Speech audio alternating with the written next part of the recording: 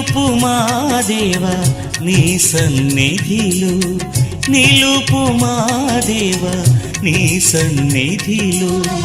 Alpha ఒమేగయు నీవే ప్రభువా, ఆదియు అంతము నీవే దేవా. నిలుపుమా దేవా నీ సన్నిధిలో.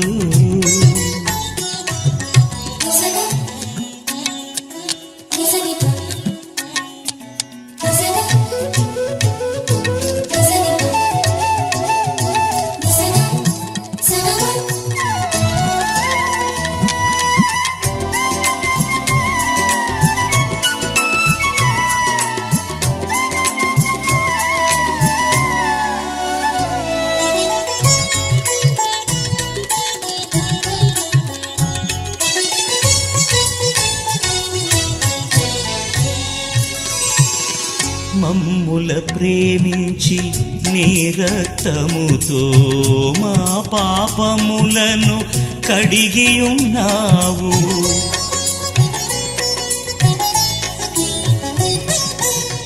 మమ్ముల ప్రేమించి నీ రక్తముతో మా పాపములను కడిగియున్నావు.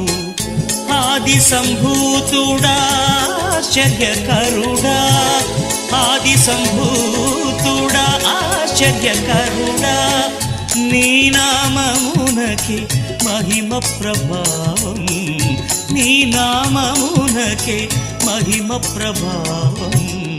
నిలుపుమా దేవా నీ సన్నిధిలో, నిలుపుమా దేవా నీ సన్నిధిలో.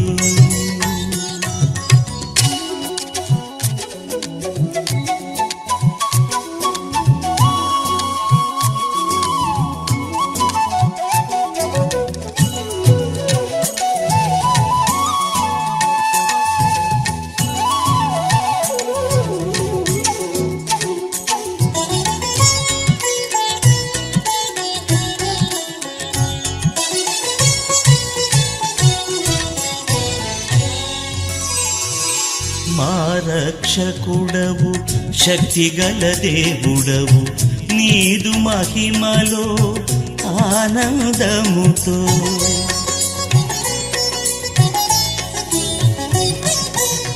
మా రక్షకుడవు శక్తిగల దేవుడవు, నీదు మహిమలో ఆనందముతో.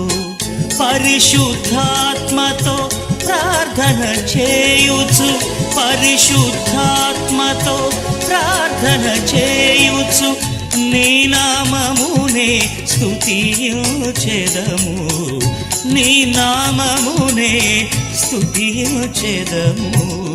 నిలుపుమా దేవా నీ సన్నిధిలో, నిలుపుమా దేవా నీ సన్నిధిలో. క్రీస్తునందు ప్రియమైన దేవుని సొత్తైన ప్రజలకి, ప్రార్థన టీవీ ప్రేక్షకులందరికీ ప్రభువును మన రక్షకుడైన యేసుక్రీస్తు వారి శ్రేష్టమైన నామంలో మీ అందరికీ శుభవందనాలు తెలియజేస్తున్నాను. రండి, మిమ్మల్ని ప్రేమపూర్వకంగా ఆహ్వానిస్తూ ఉన్నాను. వాక్యపు వెలుగులోనికి మిమ్మల్ని అందరినీ దేవుని ప్రేమతో, అగాబే ప్రేమతో ఆహ్వానిస్తూ ఉన్నాం. రండి, ఇక వాక్యపు లోతునకు మనము బయలుదేరబోతున్నాం. పరిశుద్ధాత్మ దేవుణ్ణి మనం ఆహ్వానిస్తూ ఉన్నాం. రండి పరిశుద్ధాత్మ దేవుడా, మాతో బోధించండి, మీ మెల్లని స్వరం వినిపించమని ప్రభు పరిశుద్ధాత్మను అడుగుతున్నాము. మనతో మాట్లాడటానికి పరిశుద్ధాత్మ దేవుడు సిద్ధంగా ఉన్నాడు కనుక ఈ ప్రశస్తమైన సమయంలో, ఈ చల్లని వేళలో ప్రభు మెల్లని స్వరము వినబడు రీతిగా మనం ప్రార్థనాపూర్వకంగా ఉందాం. ప్రార్థన ఆత్మ మనకు అవసరం, మనకి వినగల చెవి అవసరం, గ్రహించగల హృదయము. కనుక ప్రియ దేవుని బిడ్డలారా, ఈ ప్రశస్తమైన సమయంలో పరిశుద్ధాత్మ దేవుడు బోధించే ఆ సర్వసత్యములు మన హృదయానికి అర్థమయ్యే రీతిగా పరిశుద్ధాత్మ దేవుడు మనకు బోధించాలి. అందుకని మనం దేవుని ఆత్మ కొరకు వేచి ఉండాలి. ఇక మనము వాక్యము లోతునకు బయలుదేరుతున్నాము. రాస్తూ 15వ అధ్యాయంలో ఒక మంచి మాటలు రాస్తూ ఉన్నాడు. ఏమిటంటే 15వ అధ్యాయము మరి 4వ వాక్యాన్ని చదువుకుందాం. 15వ అధ్యాయం 4వ వాక్యం. మీలో ఏ మనుషునికైనను మీలో ఏ మనుషునికైనను 100 గొర్రెలు కలిగి ఉండగా 100 గొర్రెలు కలిగి ఉండగా వాటిలో ఒకటి తప్పిపోయిన ఎడల అతడు 99ని అడవిలో విడిచిపెట్టి 99ని అడవిలో విడిచిపెట్టి తప్పిపోయినది దొరుకు వరకు దానిని వెతక వెళ్ళడా. చాలండి. ప్రార్థన. తండ్రి, మీకే నాయన స్తుతి స్తోత్రములు చెల్లిస్తున్నాను. వాక్యమై ఉన్న దేవ వందనాలు. నీ వాక్యమును ప్రజ్వలింపచేయండి. మీరే మాట్లాడండి. మీ మెల్లనే స్వరంతో మీరు మాట్లాడి మా హృదయాలను తెప్పరిలొచ్చాయండి. ఇనుచున్న నీ బిడ్డల హృదయాలు తెరవండి. నీ ఆత్మ ప్రజ్వలింపచేయండి. అవసరమైన సందేశాన్ని మాకు అనుగ్రహించి నీ నామానికి మహిమ తీసుకురమ్మని యేసు నామములో ప్రార్థన చేస్తున్న తండ్రి. ఆమేన్. ఆమేన్. ఇక వాక్యములోతునకు బయలుదేరుతున్నాం. ఇందాం. మీలో ఏ మనుషునికైనానో, ఈ మాట గొర్రెలు అవి 100 గొర్రెలు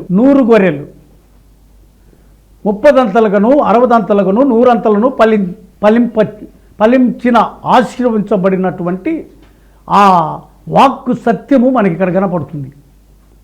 100 అంతలు 100 గొర్రెలు అంటే ఈ 100 ఫలించినటువంటి ఈ స్థితిలో అందులో ఒక్కటి తప్పిపోయింది. మనం ఎన్నో సంవత్సరాల నుంచి ఈ వాక్యం వింటున్నాం. కానీ పరిశుద్ధాత్మదేవుడు కొంత క్రొత్త విషయాలు మనకు బోధించాలి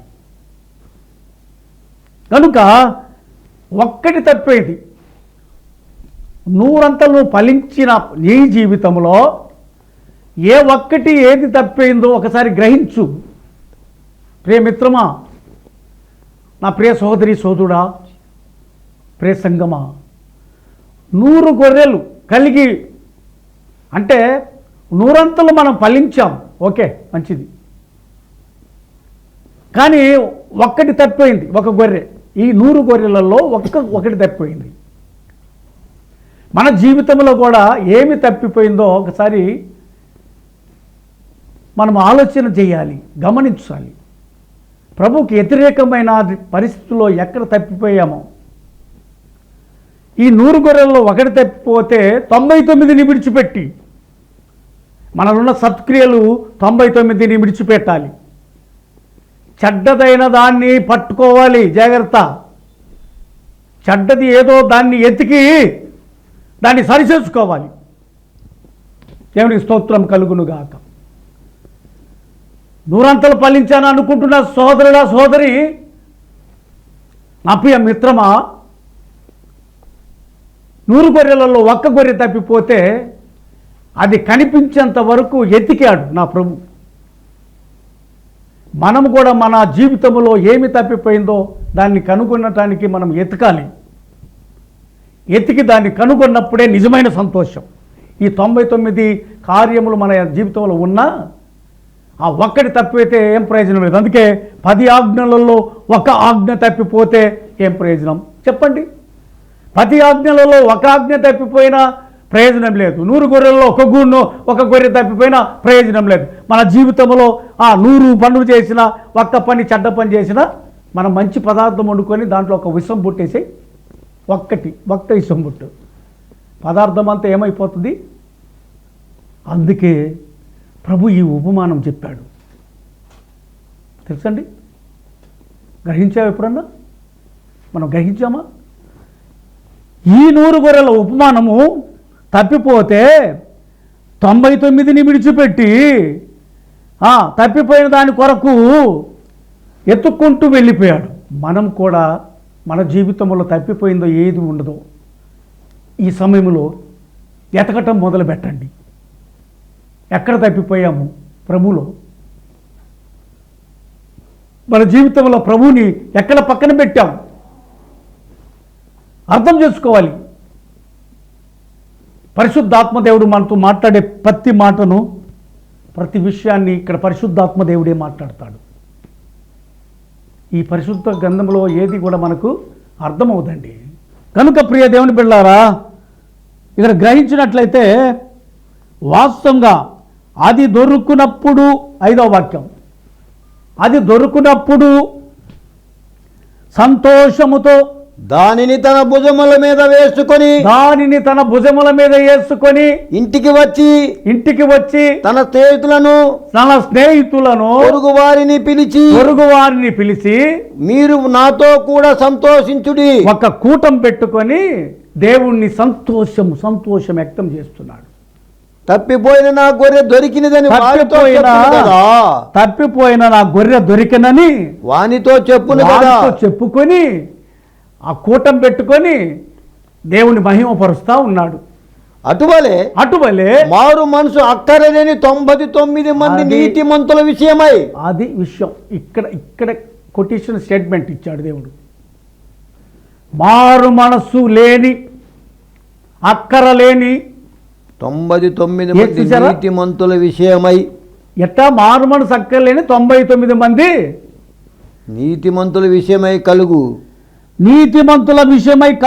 సంతోషము కంటే మారు మనసు పొందు ఒక్క పాపి విషయమై పరలోకమందు ఎక్కువ సంతోషము కలుగును. పరలోకములో ఎక్కడా? పరలోకములో నువ్వు ఇక్కడే కాదు, ఇహపరమందు సంతోషిస్తావు. నీకు ఏది కొదువుగా ఉందో ఆ ఒక్కటి తీసేసుకుంటే నువ్వు సంతోషము ఇహపరమందు సంతోషిస్తావు. నీకు ఒకటి కొదువుగా ఉన్నదని చెప్పాడు నా ప్రభు. ఏంటన్నాడు? యవనస్తుడితో కదండి, నీకు మిగులు ఆస్తిపరుడు గనుక అది బీదలకు పంచిపెట్టు, నన్ను వెంబడించు. నీకు అది కొదువుగా ఉంది, ఒకటి కొదువుగా ఉంది. నేను అన్ని పనులు చేస్తున్నామని చెప్పావు, కరెక్టే. నేను చెప్పినవన్నీ కరెక్ట్గా చేస్తున్నామని. ఏదైతే నిత్య జీవానికి వారసత్వం కలిగి జీవించడానికి అర్హున్నో అవన్నీ కలిగి ఉన్నామని చెప్తున్నావు, కానీ ఒకటి కొదువుగా ఉంది నీకు. చూసారా, మన హృదయంలో కొదువ ఉంది. ఆ యవనస్తుడి హృదయంలో కొదువ ఉంది. ప్రభుకు సమస్తము తెలుసు, నీ స్థితిగతులు తెలుసు, నా స్థితిగతులు తెలుసు. అన్ని విషయాలు తెలిసిన దేవుడు మాట్లాడే మాట ఏంటంటే, తప్పిపోయింది ఒకటే, కానీ 99 ఉన్నాయి, పోతే పోయిందిలో ఒకటి అనుకున్నాడా? అనుకోరా. అది అగాబే ప్రేమ, దేవుని ప్రేమ, శాశ్వతమైన ప్రేమ. మన దేవుని ప్రేమ అది. ఎతికి దొరికినప్పుడు భుజముల మీద వేసుకున్నాడు. తప్పిపోయిన కుమారుడు కూడా తిరిగి వచ్చినప్పుడు భుజముల మీద పడి ముద్దు పెట్టుకున్నాడు. ఎంత గొప్ప దేవుడు మన దేవుడు. తప్పిపోయి దొరికాడు, చనిపోయి బ్రతికాడు. ఈ నా కుమారుడికి ప్రశస్తమైన వస్త్రములు తొలగించండి, ఉంగరం పెట్టండి, గొప్ప విందు చేయండి అన్నాడు. మన పరలోకపు తండ్రి ఎంత గొప్పవాడు. ఆయన్ను ఆరాధించే ప్రియ దీనేస్తమా, ఆయన్ని సేవించే ప్రియ మిత్రమా, నా ప్రియ సహోదరి సోదరులారా, నా ప్రియమైన సంగమా, మనకు సంతోషం ఉందా? ఉంటే ఎల్లని గుడ్డు, నేను ఆ జోలి పోవట్లేదు. లేకపోతే ఆ తప్పిపోయింది ఏంటో ఎత్తుకో. నీకు దొరికితే మహా సంతోషం అప్పుడు వస్తుంది. అందరి కోడేసుకుంటావు, వారితో సంతోషిస్తావు, నువ్వు సంతోషపడతావు. ఆ కొరతలన్నీ పెట్టుకొని ఉట్టికండ ఇగిలిస్తే నవ్వితే ఏం సుఖం? ఆ నవ్వు అంతా సితిమంటల నవ్వేది. తంగెడగట్టలు పొయ్యిలో పెడితే పట్ట అంటుంది. తెలుసా మీకు తంగెడగట్టలు? అలాగా ఉంటుంది కొంతమంది నవ్వు. ఎవరిని ఉద్దేశించట్లా. నా ప్రభు బైబిల్ గ్రంథం అంతా నా అన్వేషణలు నేను చేస్తే శాతనంతవరకు ఎక్కడ నవ్వినట్టు లేదు. నా ప్రభు కన్నీరు కార్చినట్టుంది. ఏమి కారణం? ఆయన కన్నీరు కార్చి నీకు నవ్వటానికి ఇచ్చాడా?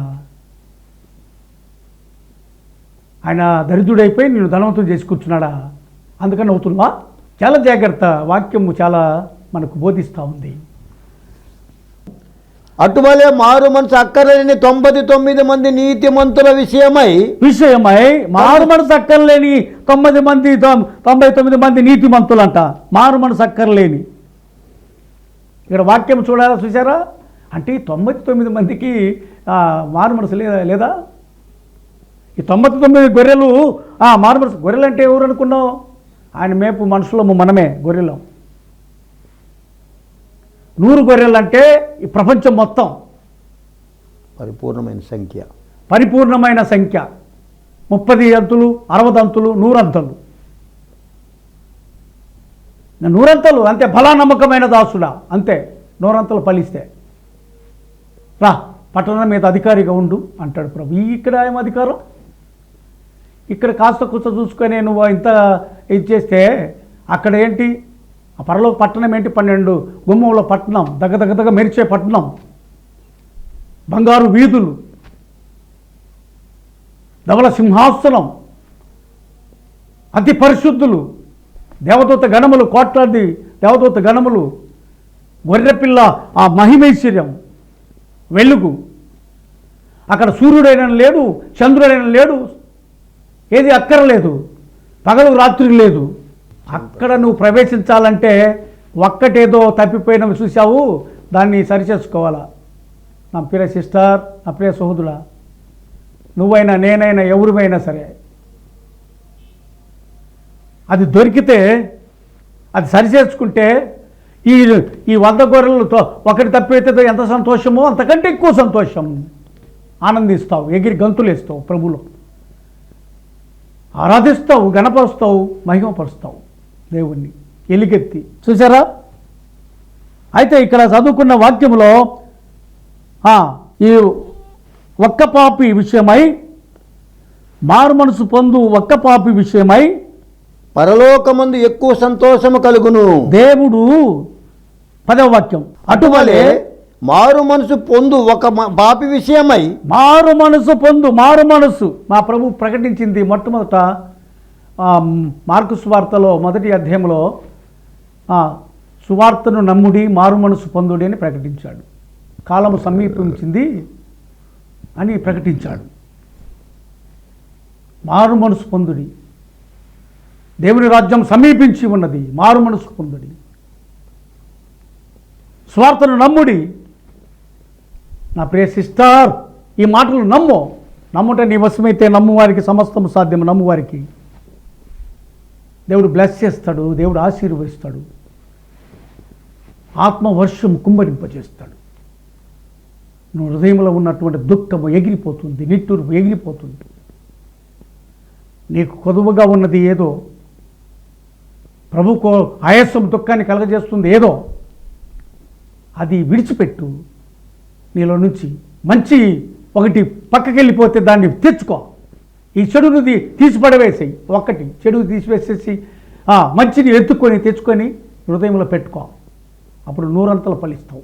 దేవుని దూతల ఎదుట సంతోషము కలుగునని మీతో చెప్పుచున్నాను. అటువలే మారు మనసు పొందు ఒక్క పాపి విషయమై. దేవుని దూతల ఎదుట సంతోషము కలుగునని. చూసావా? ఎవరు ఎదుట ఒప్పుకుంటాడు ప్రభు? దేవుని దూతల ఎదుట. మనసులను చూస్తున్నావు నువ్వంతే. నీ విషయం దేవదూతల దగ్గర ఒప్పుకుంటాడు ప్రభు. నా కుమార్తె, నా కుమారుడు నా కొరకు భూలోకములో నన్ను కలిగి జీవించాడు. శ్రమలు వచ్చినా, హింసలు వచ్చినా, బాధలు వచ్చినా, ఖడ్గమైన, నిష్ఠూరమైన, కన్నీటి లోయలలో ప్రయాణం చేసిన, అగాధ స్థలములలో ప్రయాణం చేసిన నా కొరకు జీవించాడు. అందుకే మా జక్కయ్యతో రచించిన దాన్ని ఎదకి రక్షించడానికి మనిషి కుమారుడిగా వచ్చాను జక్కయ్య అని చెప్పాడు. అలాగనే తోమా గారు మన మద్రాసు వచ్చి హతసాక్షి అయిపోయిన తోమాతో నేనే మార్గమును, సత్యమును, జీవమునై ఉన్నాను తోమా అని చెప్పాడు. అదే సమరయ స్త్రీతో నన్ను ఆరాధించువారు ఆత్మతోను సత్యముతోను ఆరాధించవలెను. ఆరాధనకు యోగ్యుడు మన దేవుడు, మన స్తుతులపై ఆసీనుడైవాడు, మనం ఎతికి రక్షించువాడు. నశించిపోయే వాడిని ఎందుకు రక్షించాడు? ఇప్పుడు నశించిపోతున్న గొర్రె ఒక్కటి, నశించిపోయే గొర్రెకు సాదృశ్యమైన నువ్వు నేనే. దేవుని కొరకు జీవించకుండా నశించిపోతున్నావా? ఇకనైనా మేల్కో, దేవుని వైపు తిరుగు, దేవునితో సత్సంబంధం కలిగి జీవించు, దేవునితో రిలేషన్ అత్తుకో, దేవుని ప్రేమ కౌగిల్లోకి చేరు. ఆయన దినమెల్లా చేతులు చాపి పిలుస్తూ ఉన్నాడు. ఆయనే నీ ప్రాణప్రియుడు, రక్షకుడు. నీ కొరకు శిలువ యజ్ఞం చేశాడు, రక్తం సిందించాడు. యవ్వన రక్తాన్ని సిందించి ఎలకట్టాడు నీ కొరకు, నీ రక్షణ కొరకు. ఆ రక్షణనే ఓడలో ప్రయాణం చేయి. తప్పిపోయే విషయాలు పెట్టుకోబాక, అది గురిలాగా పరిశుద్ధులతో కలిసి జీవించో. తప్పిపోయే స్థితిగా ఉండబాక. అడవి ముగ్గురాలు ఉన్నాయి, చీల్చి పడివేస్తాయి. అపవాది ఆ యొక్క మృగములు ఉన్నాయి, అదిగట్ట సర్పం పంచుకొని ఉన్నది మింగేయటానికి. అపవాది విపరీతంగా నోరు తెచ్చుకొని ఉంది. నువ్వు ఎప్పుడైతే దేవుని విడిచిపెడతావో అప్పుడు కబలించేద్దామని. తప్పిపోవటం అంటే అది. దేవుని విడిచిపెట్టడమే తప్పిపోవటం. దేవుని నువ్వు ప్రార్థన చేయకపోవడమే తప్పిపోవటం. దేవుని ఆరాధించకపోవడమే తప్పిపోవటం.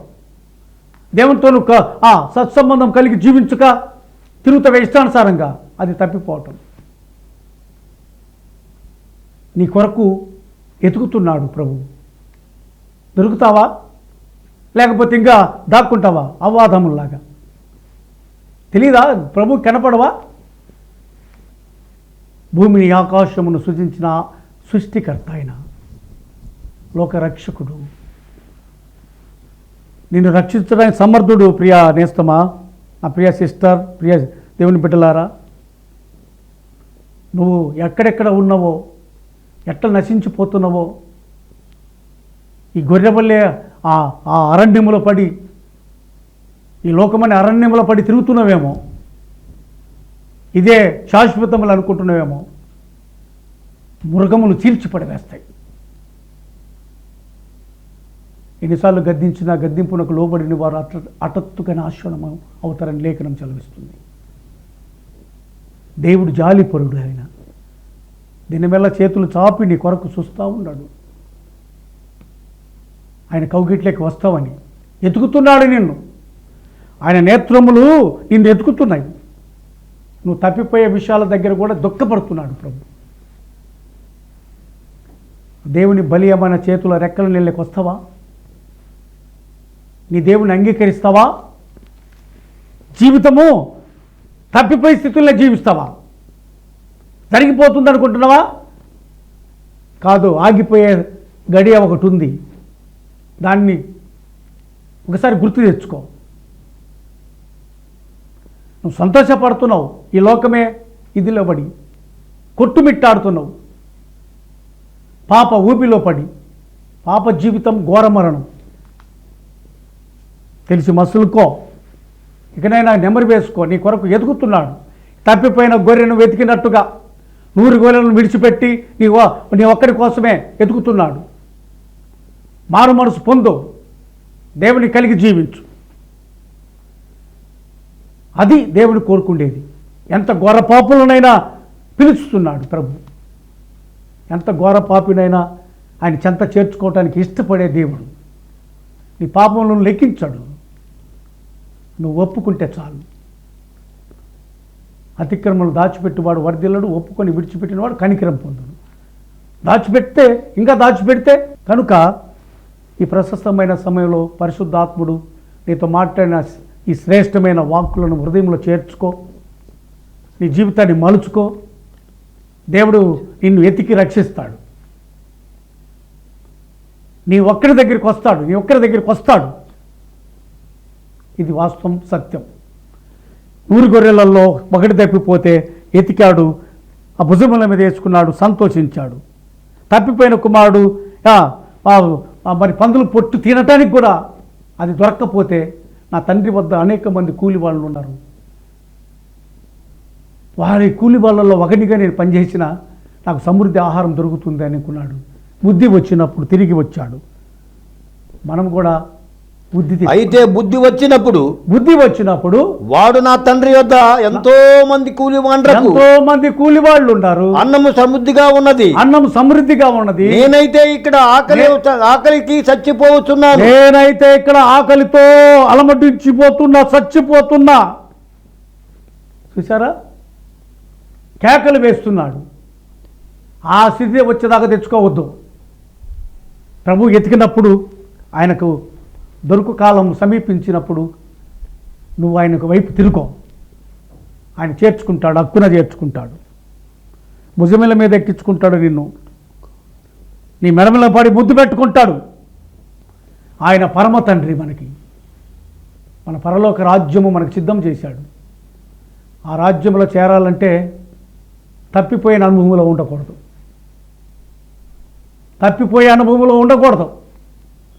ప్రభువుని ఎత్తుకునే అనుభవంలో ఉండాలి.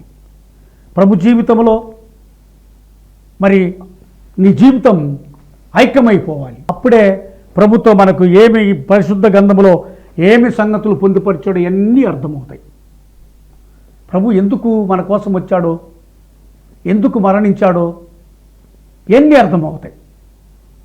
ఆయన ఆ వాక్కులన్నీ, శ్రేష్టమైన వాక్కులన్నీ మనకు అర్థమవుతుంది.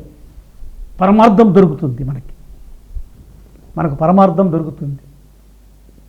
కనుక ప్రియ సంగమా, నా ప్రియ నేస్తమా, నా ప్రియ సహోదరి సహోదరులారా, దేవుని సొత్తైన ప్రజలారా, ఈ మంచి సమయంలో మనతో పరిశుద్ధాత్మ దేవుడు మనం ప్రేమించి ఈ మాటలను ఆయన మాట్లాడుతున్నాడు. మెల్లని స్వరముతో మాట్లాడుతున్నాడు. ఈ మాటల వైపు మనం ఆకర్షితులమై హృదయంలోకి చేర్చుకొని వాక్కులను, మన జీవితాన్ని మారు మనస్సు పొంది తగిన రీతిగా ఫలములు, మారు మనస్సుకు పొంది సంతోషంతో ఫలములు ఫలించే వారిగా దేవుడు ఆయత్తపరచాలని, దేవుడు దీవించాలని, మనందరినీ దేవుని బ్లెస్ చేయాలని, మన కుటుంబాలను, మన బిడ్డలను అందరినీ ఆయన సన్నిధిలో వాళ్ళకి ఒలివ మొక్కల వలె మనము ఎదిగే భాగ్యం ఆయన దయచేయాలని కోరుతూ నేను ఈ మాటలు ముగించేస్తున్నాను. God bless you. ఈ దేవుడి వాక్యమును దీవించి ఆశీర్వదించునుగాక. మనందరినీ దేవుడు బ్లెస్ చేయనుగాక. మన కుటుంబాలను, మన బిడ్డలను, మన అవసరతలను, మన అక్కర్లను, మన కార్యక్రమాలను సాధకుడై మనకు సహాయకుడై సమస్తము సరిగించునుగాక.